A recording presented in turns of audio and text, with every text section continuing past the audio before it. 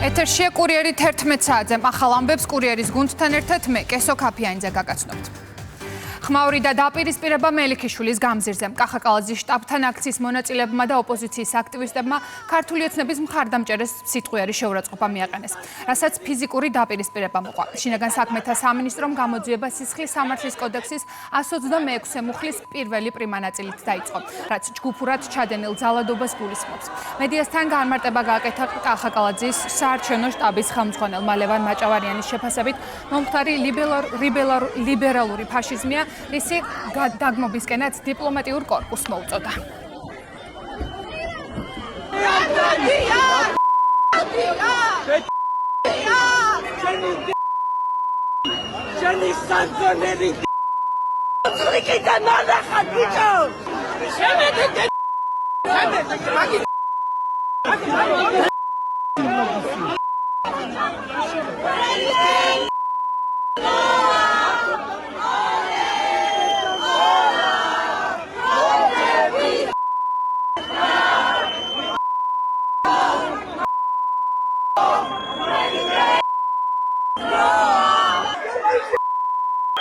აბსოლუტური უმრავლესობა არის დაფინანსებული სწორედ ევროკავშირის თანხებით და NGO-ს აქტივისტები არიან, მდიდარი NGO ორგანიზაციების აქტივისტები არიან, ნაცების აქტივისტები არიან, ძირითადი ბირთვი ამ აგრესიული მოქალაქეების და რატომ არ იღებენ ხმას, რატომ არის დუმილი, არ არის ეს პირდაპირ ხელის შეშლა საარჩევნო პროცესში. გარედან ეგ დავალება აქვთ მიღებული, ვინაიდან დაძაბონ სიტუაცია ხელოვნურად საქართველოში, ვინაიდან ოპოზიცია არის ბოლომდე გამარგინალებული, როდესაც ეხებიან შენ ღირსებას და ამას აკეთებენ გამიზნულად და რაღაცა საშინელი სიტყვებით ხდება შეძახილები და ასე შემდეგ. ხო, ძალიან რთული არის შტაბში მყოფი ადამიანების მოტოქვა. მიუხედავად ამ ყველაფრისა, რა თქმა უნდა, მოუწოდებ ყველა ჩვენ მხარდამჭერს, რომ თავი შევიკავოთ, ვინაიდან ეს პირდაპირ არის გამიზნული და ემსახურება მათ დღის წესრიგს. ყველას მოუწოდებ პირველ რიგში დიპლომატიურ კორპუსს, რომ მოიქცნენ პასუხისგებლიანად და გააკეთონ თუნდაც რაღაცა კომენტარი,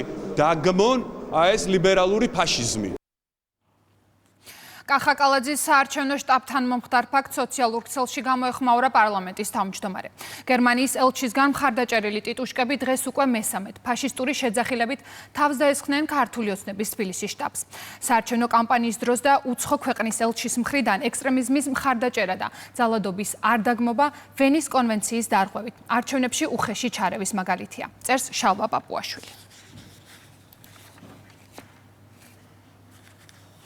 ლევან ხაბეიშვილისა და სოფო ჯაფარიძის შემდეგ ქართული ოცნების ყოფილ მაღალჩინოსნებთან თანამშრომლობას პაატა ბურჭულაძე ადასტურებს. ერთ-ერთ სატელევიზიო ინტერვიუში ბურჭულაძემ თქვა, რომ მას აქვს უტყუარი დასაბუთება იმისა, რომ ოცნებიდან წასულ მაღალჩინოსნებს მათთან კავშირი აქვთ, კონკრეტულად კი ლევან ხაბეიშვილთან. ბურჭულაძის განცხადება არის კიდევ ერთი დასტური ქართული ოცნებისთვის, რომ მათი გუნდის ყოფილი წევრების ნაწილი ნაციონალურ მოძრაობასთან ერთად ქვეყნის წინააღმდეგ საბოტაჟს გეგმავს, რასაც ხელისუფლება არ დაუშვებს. ვრცლად თემაზე 1 საათში ვისაუბრებთ.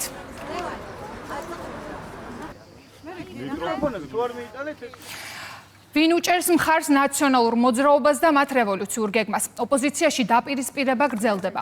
ღამის კურიერის ეთერში ანაწითლდნენ თქვა, რომ არჩევნების ბოიკოტს მხარს მათი უცხოელი პარტნიორებიც უჭერენ.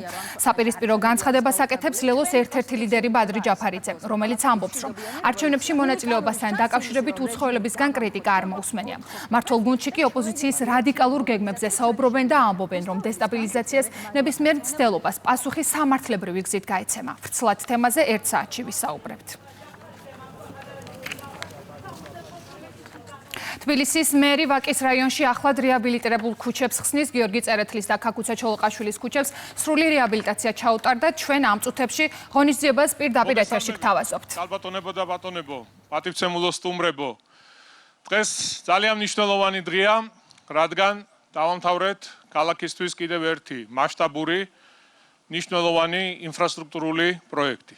დღეს დავასრულეთ ვაკის რაიონში ჩოლოყაშვილის ქუჩის, წერეთლის ქუჩის და ბაგებში ვაკის სასაფლაოს მიმდებარე ტერიტორიის რეაბილიტაცია განახლების სამუშაოები. მშვიდობა საქართველოს, მეტი სიკეთე თბილისს. მშვიდობის გარეშე, რა თქმა უნდა, შეუძლებელი იქნებოდა ამ პროექტებზე საუბარი. შეუძლებელი იქნებოდა, რომ დღეს აქ ჩვენ ერთმანეთს შევხვედროდით და გვესაუბრა ქალაქში განხორციელებულ თუ განსახორციელებელ პროექტებზე. შესაბამისად, გრძელვადიან მშვიდობას მოაქვს იმის შესაძლებლობა, რომ ქვეყანა განვითარდეს, წინ წავიდეს, მოხდეს ქალაქების განვითარება, ქალაქების აღმშენებლობა, კეთილდღეობა იგრძნოს ჩვენი ქვეყნის მოსახლეობა. რაც შეეხება დღევანდელ პროექტს, იყო უმძიმესი მდგომარეობა არსებულ ქუჩებზე და პირველი რაც გავაკეთეთ, ეს იყო მიწისქვეშა კომუნიკაციების სრული განახლება, მოწესრიგება. მიწისქვემოთ განლაგებული ქსელი მთლიანად იქნა შეცვლილი და ახალი პროექტი განხორციელდა. რა თქმა უნდა, ამ სამუშაოების დროს იყო დისკომფორტი, იყო ტვერი, გაუსაძლისი მდგომარეობა, თუმცა დამეთანხმებით, რომ ამ მასშტაბის პროექტის განხორციელების დროს თუ გზა არ დაიკეტა, თუ ტრაქტორებმა არ იმუშავეს, სხვანაირად შეუძლებელია. მე განსაკუთრებით მინდა მადლობა გადაუხადო ადგილობრივ მოსახლეობას მოთმინებისთვის, მინდა მადლობა გადაუხადო მხარდაჭერისთვის, თანადგომისთვის, იმიტომ რომ ზუსტად მათი ჩართულობით ხდება ასეთი პროექტების განხორციელება ჩვენს დედაქალაქში. ამ პროექტის ფარგლებში ასევე მოეწყო მიწისქვემოთ განთავსებული ნარჩენების ურნები, ახალი განათების ბოძები, ასევე გამწვანების სამუშაოები ჩატარდა. ერთადერთი რაც არის დარჩენილი, ეს არის ვაკის სასაფლაოს წინ არსებულ ფერდზე გამწვანების სამუშაოების წარმოება და კაბელ-არხების გადატანა. სხვა ყველაფერი დასრულებულია.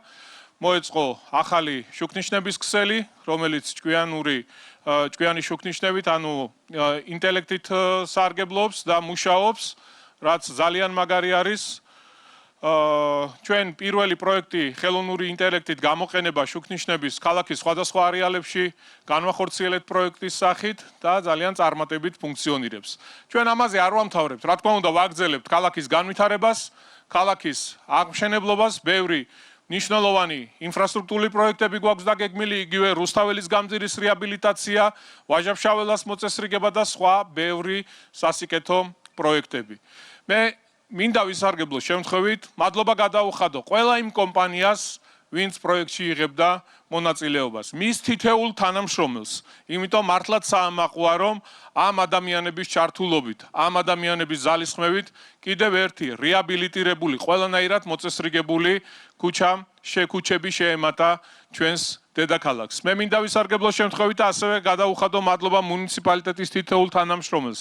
აქ არის თბილსერვისის თანამშრომლები, მუნიციპალური ინსპექციის თანამშრომლები, ეკოსერვისის თანამშრომლები. არ მინდა ვინმე გამომრჩეს, ყველას ძალიან დიდი მადლობა მხარდაჭერისთვის, თანადგომისთვის ამ მშვენიერი პროექტის განხორციელებისათვის.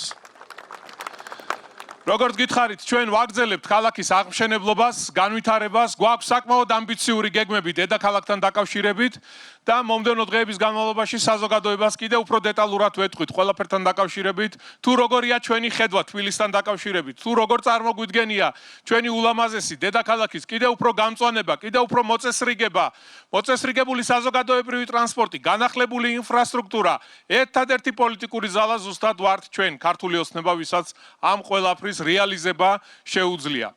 მადლობა კიდევ ერთხელ და სიტყვას გადავცემ ირაკლი ბენდელიანს, მინდა მას განსაკუთრებული მადლობა გადაუხადო, იმიტომ რომ ირაკლი არის ადამიანი, ვინც ხელმძღვანელობს ინფრასტრუქტურის მიმართულებას და მისი უშუალო ჩართულობით, მუშაობით 24 საათიან რეჟიმში მივიღეთ შესანიშნავი პროექტი, რომელიც უკვე დასრულებულია და დღეს მოქალაქეებს უკვე დღის 2 საათიდან შეუძლიათ გამოიყენონ აღნიშნული ინფრასტრუქტურა, რაც ძალიან მნიშვნელოვანია ასევე იმ თვალსაზრისითაც, რომ მოხდება ნაკადების გადანაწილება.